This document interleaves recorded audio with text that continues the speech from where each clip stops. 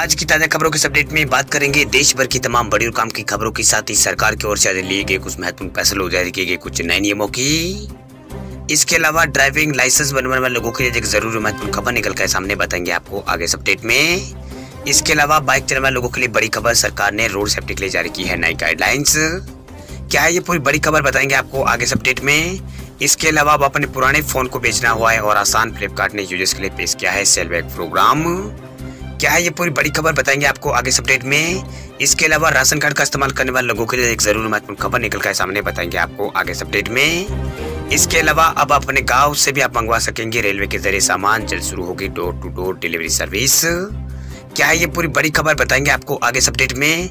इसके अलावा कुछ एजुकेशन और जॉब रिलेटेड महत्वपूर्ण अपडेट्स है बताएंगे आपको आगे इस अपडेट में। इसके अलावा सरकारी स्कूलों में पढ़ने वाले छात्र छात्राओं के लिए भी आज एक जरूरी महत्वपूर्ण खबर निकल कर सामने बताएंगे आपको आगे इस अपडेट में। इसके अलावा कोरोना कर्फ्यू और लॉकडाउन से जुड़ी कुछ महत्वपूर्ण बड़ी खबरें बताएंगे आपको एक एक करके इस अपडेट में। साथ ही आज की तमाम बड़ी और काम की पूरी 20 खबरों की बात करेंगे आगे इस अपडेट में।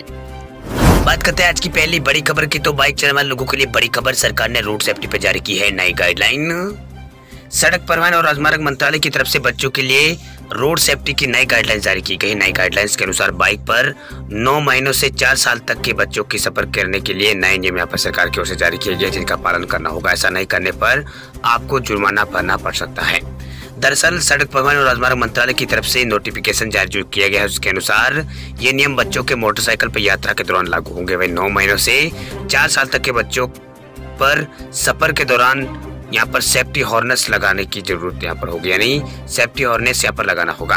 वही सेफ्टी हॉर्नेस हल्का वाटरप्रूफ और यहाँ पर कुशन से लेस यहाँ पर होना चाहिए। इसमें बच्चों को आराम से यहाँ पर वो बैठ सके। इसके साथ ही इसकी क्षमता 30 केजी तक के भार की वहन करने की होनी चाहिए। इसके अलावा बच्चों को बाइक पर सफर कराने के दौरान उनके नाप का हेलमेट भी यहाँ पर लगाना बच्चों को होगा। इस नियम को लागू होने के बाद हेलमेट और सुरक्षा गैर बनाने वाली कंपनियां को फायदा यहाँ पर होगा, यानी ये जो नियम लागू होगा उसके बाद में यहाँ पर हेलमेट और सुरक्षा गैर बनाने वाली कंपनियों को सबसे ज्यादा इसका फायदा होगा। वही बच्चों के साथ बाइक पर यात्रा के दौरान अधिकतम स्पीड 40 किलोमीटर प्रति घंटे की रफ्तार से ज्यादा नहीं होनी चाहिए। सरकार की ओर से ये नियम जारी किया गया है।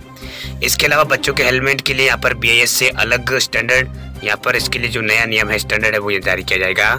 तब तक छोटे हेलमेट या फिर साइकिल हेलमेट का प्रयोग किया जा सकता है। आपको बता दें कि सरकार रोड सेफ्टी के लिए केंद्रीय मोटर वाहन नियम 1989 के संशोधन करने के लिए पहली बार 25 अक्टूबर 2021 को ये ड्राफ्ट नोटिफिकेशन लेकर आई थी। चलिए बात करते हैं अगली खबर की, तो ड्राइविंग लाइसेंस बनवाने वाले लोगों के लिए जरूरी खबर, हरियाणा में बदल गए हैं ड्राइविंग लाइसेंस बनवाने के नियम। अब इस ट्रेनिंग के बिना नहीं बनेगा आपका लाइसेंस। ड्राइविंग लाइसेंस बनवाने को लेकर हरियाणा सरकार ने नया नियम यहाँ पर लागू कर दिया है। दरअसल जब तक इस नियम को पूरी तरह से हरियाणा में नहीं माना जाएगा तब तक लाइसेंस बनवाना हो या फिर उसे रिन्यू कराना हो वो नामुमकिन होगा। दरअसल सरकार ने प्रदेश भर के सरकारी कार्यालयों को पत्र भेजकर इस नियम को तत्काल प्रभाव से लागू करने का निर्देश दिया है। अब से जो भी लोग अपने लाइसेंस के लिए आवेदन करेंगे उन्हें इस नियम को मानना होगा, वरना वो अपना लाइसेंस नहीं बनवा पाएंगे। दरअसल सरकार ने यहाँ पर कहा है कि ड्राइविंग लाइसेंस को रिन्यू कराने या फिर बनवाने के लिए सबसे पहले स्वास्थ्य सहायता का परीक्षण लेना अनिवार्य होगा।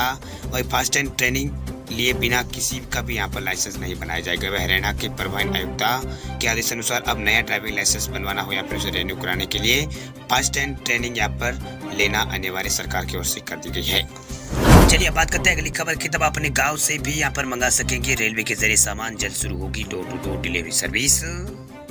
रेलवे अपनी कमाई बढ़ाने के लिए नए प्रयोग कर रहा है। वह बदलते समय में केवल पैसेंजर किराया या फिर सामान्य माल ढुलाई से काम चलता नहीं दिख रहा है, इसलिए रेलवे नए विकल्प के तौर पर door to door delivery service शुरू करने जा रहा है। इस नए काम में डेडिकेट फ्रंट कॉरिडोर और पोस्ट विभाग भी इसमें शामिल होंगे। वह रेलवे इसके लिए यहाँ पर नए मॉडल पर काम कर रहा है। वही पोस्ट विभाग और डेडिकेट फ्रंट के जरिए रेलवे में यहाँ पर सामान ढुलाई की नई शुरुआत यहाँ पर की जाएगी। वे रेलवे अब आपके सामान की डिलीवरी करेगा। इसके लिए एक मोबाइल ऐप यहाँ पर लॉन्च किया जाएगा। इस ऐप की मदद से आप डिलीवरी का ऑर्डर देंगे और रेलवे आपके घर तक सामान पहुँचाएगा। दरअसल आम भाषा में कहे तो यहाँ पर ऑनलाइन डिलीवरी जैसे होती है उसके जरिए यहाँ पर आपके घर तक डिलीवरी यहाँ पर होगी।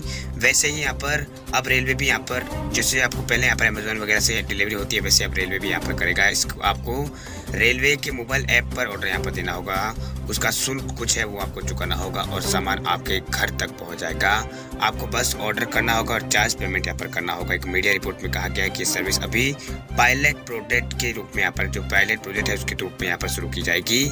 इसकी सफलता दिखने के बाद सब जगह इस सर्विस को यहाँ पर बढ़ाया जाएगा। इस कदम से railway door to door service के क्षेत्र में प्रवेश करने जा रही है। चलिए बात करते हैं अगली खबर की। तो राशन कार्ड धारकों के लिए जरूरी खबर, अगर आपको भी डीलर दे रहा है कम राशन तो इन नंबरों पर तुरंत करें शिकायत, तुरंत होगा समाधान।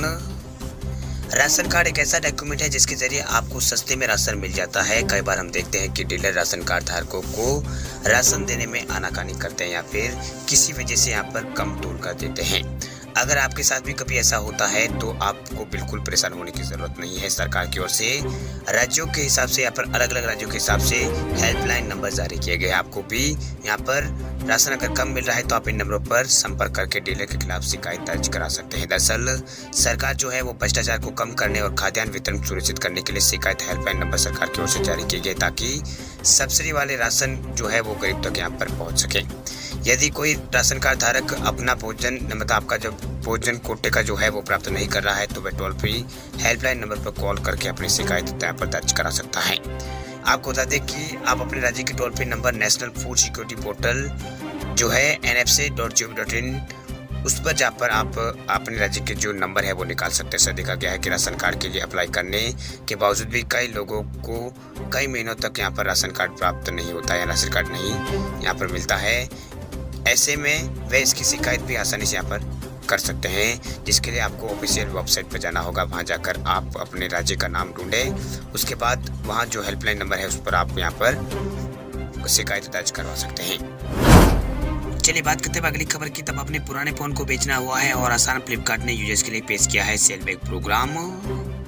अब अपने पुराने स्मार्टफोन को बेचना बहुत ही आसान होने वाला। दरअसल फ्लिपकार्ट ने अपने उन कस्टमर्स के लिए एक नए सेल बैक प्रोग्राम की यहाँ पर अनाउंसमेंट किया है जो अपने पुराने स्मार्टफोन को ऑनलाइन बेचना चाहते हैं। खासतौर से कस्टमर्स को फ्लिपकार्ट इलेक्ट्रॉनिक गिफ्ट वाउचर के रूप में बाय बैक प्राइस यहाँ पर दिया जाएगा।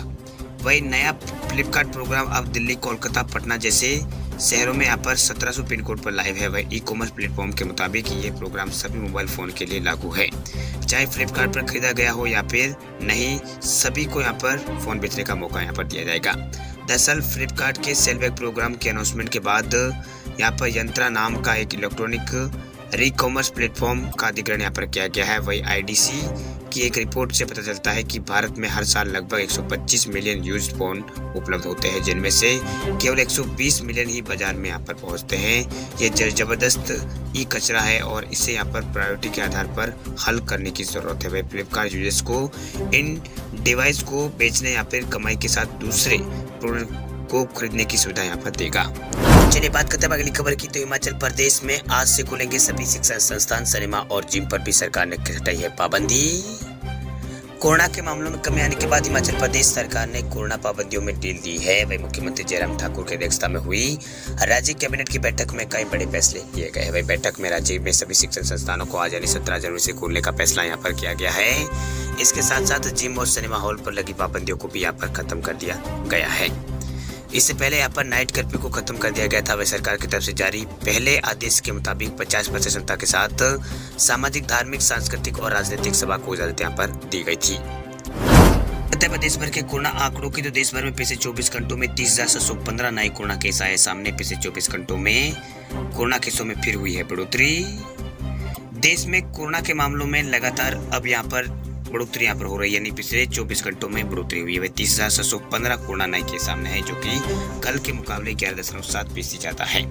इसके साथ ही देश में अब कुल कोविड संक्रमितों की संख्या बढ़कर 4,27,23,558 हो चुकी है। पिछले 24 घंटों में देश भर में 514 लोगों की यहाँ पर कोरोना के कारण मौत हुई। अब तक देश में कोविड से कुल 5,09,872 लोगों की मौत हो चुकी है। केंद्रीय स्वास्थ्य मंत्रालय के आंकड़ों के मुताबिक देश भर में फिलहाल कुल एक्टिव केसों की संख्या घटकर 3,70,000 रह गई है। वह एक्टिव केस कुल संक्रमण का 0.87% है।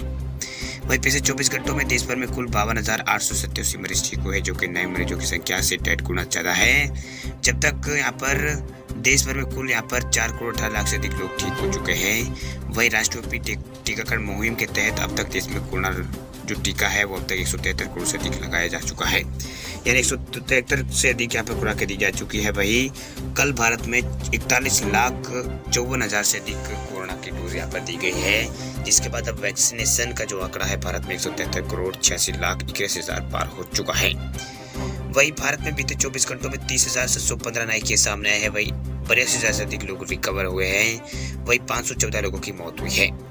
वही कुल मौतें भारत में 5,09,000 से अधिक हो चुकी है। वही कुल रिकवरी 4 करोड़ 18 लाख के आसपास हो चुकी है। आपको बता दें कि केरल ऐसा राज्य है जहां पर बड़ी संख्या में कोरोना के केस मिल रहे हैं। पिछले 24 घंटों में यहाँ पर 11,773 नए मामले सामने आने के बाद दैनिक आंशिक वृद्धि यहाँ पर दर्ज की गई। इसके साथ ही राज्य में कुल संक्रमित हुए लोगों की संख्या भी बढ़कर यहाँ पर 64,28,000 के आसपास हो चुकी है। वही कल राज्य में 304 लोगों की मौत भी हुई है। इसके साथ ही महामारी से मरने वालों की कुल संख्या बढ़कर 62,781 हो चुकी है। वही केरल में सोमवार को 32,000 लोग यहाँ पर कोरोना से ठीक हुए थे। वही यहाँ पर देश में अगर बात करें कोरोना के नए मामलों की कल की, तो कल यहाँ पर 27,409 कोरोना के सामने आए। इसके साथ ही देश में कुल कोविड संक्रमितों की संख्या बढ़कर 4,26,65,000 हो गई थी।